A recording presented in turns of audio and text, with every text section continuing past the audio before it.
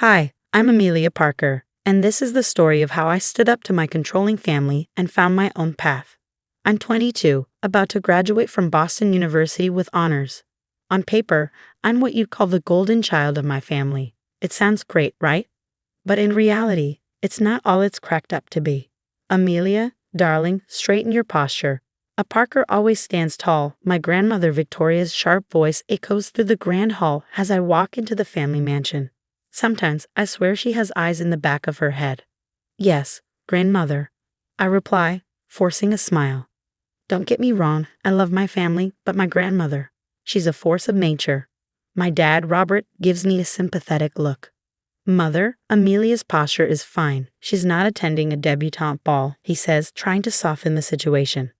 Robert, please. Grandmother snaps. I'm merely ensuring our family's reputation remains intact. I exchange a glance with my mom, Elizabeth. She gives me a small, reassuring nod, silently telling me to stand my ground. But with grandmother Victoria, that's easier said than done.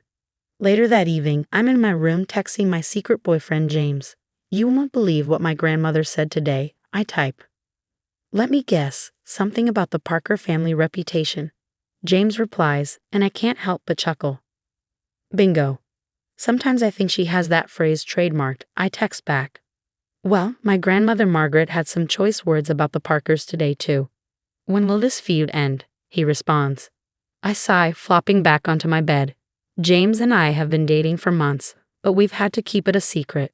His grandmother, Margaret Thompson, is my grandmother's arch rival.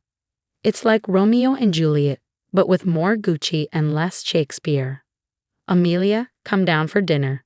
My mom calls from downstairs. I quickly delete my conversation with James and head to the dining room, where the usual Parker family drama unfolds. Did you hear about Margaret Thompson's latest charity event? Grandmother Victoria scoffs, as if throwing money around makes up for her lack of class.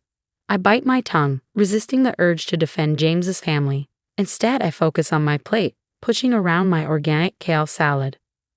Now, Amelia, grandmother turns her attention to me. Have you given any thought to which law firm you'll be interning at this summer? I've spoken to Judge Harrison. He's more than willing to put in a good word for you at his son's firm. Actually, grandmother, I start gathering my courage. I've been thinking about taking a different path after graduation, maybe exploring nonprofit work. The silence that follows is deafening, as if I just announced I was running away to join a circus. Nonprofit? Grandmother's voice is dangerously low. Amelia, dear, Parkers don't do nonprofit. We lead. We succeed. We dominate. I can feel my resolve wavering under her steely gaze. But then I think of James, of the life I want for myself, not the one that's been mapped out for me since birth. I understand, grandmother, I say, my voice steady. But I believe there are many ways to lead and succeed. I'd like the chance to find my own path. The tension in the room is palpable. My parents exchange worried glances, caught between supporting me and avoiding grandmother's wrath. As I go to bed that night, my mind is racing. I know I'm walking a fine line between the life that's expected of me and the one I truly want. But for the first time, I feel ready to stand up for myself, no matter the consequences. The next day, the Parker mansion is buzzing with activity, champagne flowing freely as Boston's elite mingle. I stand in the center, forcing a smile as yet another of grandmother's friends congratulates me on my graduation. Amelia, darling, come here for a moment. Grandmother Victoria calls, waving me over to a group of distinguished-looking men in suits. I excuse myself and walk over, my heels clicking on the marble floor. Yes, grandmother. Gentlemen, this is my granddaughter, Amelia. She's just graduated summa cum laude from Boston University, she boasts. Impressive, one of the men nods. Following in your grandmother's footsteps, I see. Victoria has always been a force to be reckoned with in the business world. I smile politely, but inside, I know I'm no longer walking in her shadow. I'm carving out my own path. Inside, I was screaming. This wasn't me. This wasn't what I wanted. As I looked at my grandmother's smug face, something inside me snapped. Actually, I said, my voice surprisingly steady. I have an announcement to make. Grandmother's eyes narrowed. Amelia, what are you? But I was already stepping away, moving toward the center of the room. I caught James's eye across the crowd, and he gave me a subtle, encouraging nod. "Everyone, may I have your attention, please?" I called out. Slowly, the chatter died down, and all eyes turned to me. My heart pounded, but I took a deep breath. "Thank you all for coming to celebrate my graduation. But there's something else I'd like to celebrate tonight." Out of the corner of my eye, I saw Grandmother Victoria pushing through the crowd, her face a mixture of confusion and growing fury. But I pressed on. "I'm engaged," I announced, my voice ringing clear and strong, to James Thompson. The silence that followed was suffocating. Then, almost on cue, James stepped forward, taking my hand. "It's true," he said, smiling warmly at me. "We're in love." The crowd erupted in shocked whispers. I could hear fragments of conversations. "Thompson, as in Margaret Thompson's grandson." "But the feud. How long has this been going on?" But all I could focus on was my grandmother. Her face was twisted in a rage unlike anything I'd ever seen. She pushed through the last few people standing in her way, and suddenly she was right in front of me. "How dare you?" she hissed, her voice low and dangerous. "How dare you embarrass me like this?" "Grandmother, I didn't get to finish." Without warning, her hand lashed out, striking me across the face so hard I stumbled back. The world spun, and then everything went black. When I came to, I was lying on the floor, James cradling my head in his lap. The room was chaos. People shouting, some leaving, and my parents desperately trying to calm things down. "Amelia, can you hear me?" James' worried face swam into focus. What? What happened?" I mumbled, trying to sit up. "Your grandmother hit you," James said, his voice tight with concern. "You've been out for a few minutes. We're taking you to the hospital." I nodded weakly, wincing at the pain in my head. As James and my father helped me to my feet, I saw my grandmother standing off to the side, her face cold and indifferent. "Mother, how could you?" my father said, his voice trembling with fury. "She's your granddaughter."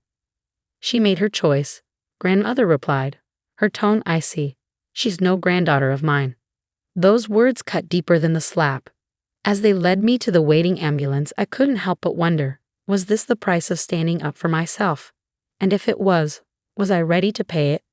I woke up in a sterile hospital room, the scent of disinfectant thick in the air and the soft beeping of machines nearby. My head was pounding, and for a moment, I couldn't remember why I was there. Then it all came flooding back, the party, the announcement, grandmother's fury. "Amelia, you're awake." James's voice was filled with relief. He was sitting by my bedside, dark circles under his eyes. "What happened?" I croaked, my throat dry. "You've been out for a day," my mom said, stepping into the room. "The doctor said you have a mild concussion." I tried to sit up, wincing from the pain. Has grandmother been here?" The silence that followed was answer enough. "Actually," my dad said, his voice tight with anger, "she's been busy trying to control the narrative. It's all over the local news." James handed me his phone, and I scrolled through the headlines. Boston socialite assaults granddaughter at graduation party. Parker family feud erupts in violence. Engagement announcement leads to hospital visit. "Oh God," I whispered, feeling sick. "That's not all," James said, his jaw clenched. "Your grandmother tried to bribe me to leave you. She offered me an obscene amount of money to forget this foolishness and leave you alone." I felt like I'd been slapped all over again. "She what?" "She also threatened to cut you off financially if you don't come to your senses," my mom added, her voice bitter. In that moment, something inside me hardened. For years, I'd made excuses for my grandmother's behavior, always believing there was love beneath her harsh exterior. But now, I saw her for what she truly was, a manipulative, controlling woman who cared more about her image than her family. "I'm done," I said, my voice stronger than I felt.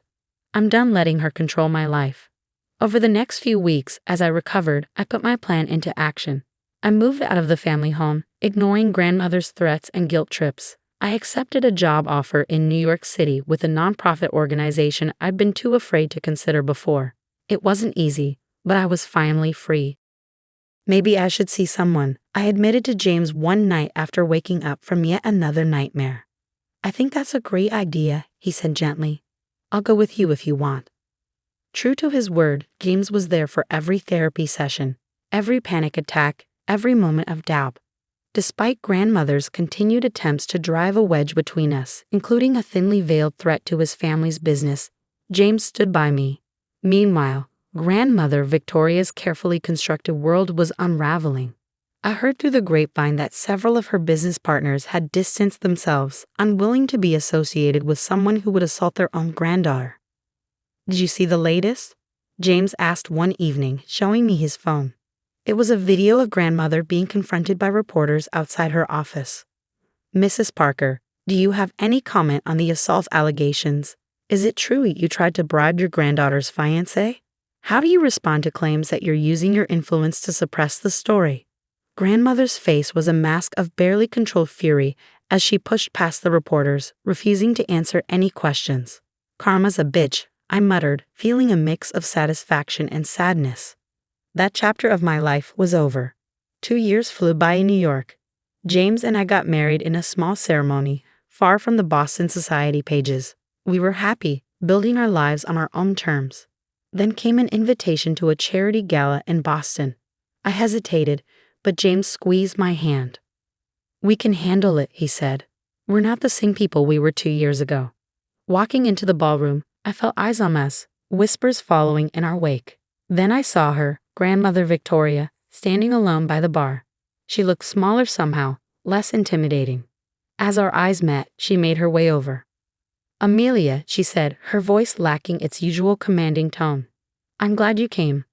"Grandmother," I replied coolly. She glanced around nervously. "I was hoping we could talk. I want to apologize for what happened. I reacted poorly, and I'm sorry." I couldn't believe what I was hearing, an apology from Victoria Parker. But as I looked into her eyes, I saw no real remorse, just desperation. "I appreciate the sentiment," I said, "but I'm afraid it's too little, too late." Victoria's face fell.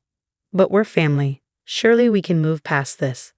"Some actions are unforgivable, grandmother," I said firmly. "You showed me who you really are that night, and I believe you." As we talked, I learned the extent of what had happened since that fateful night.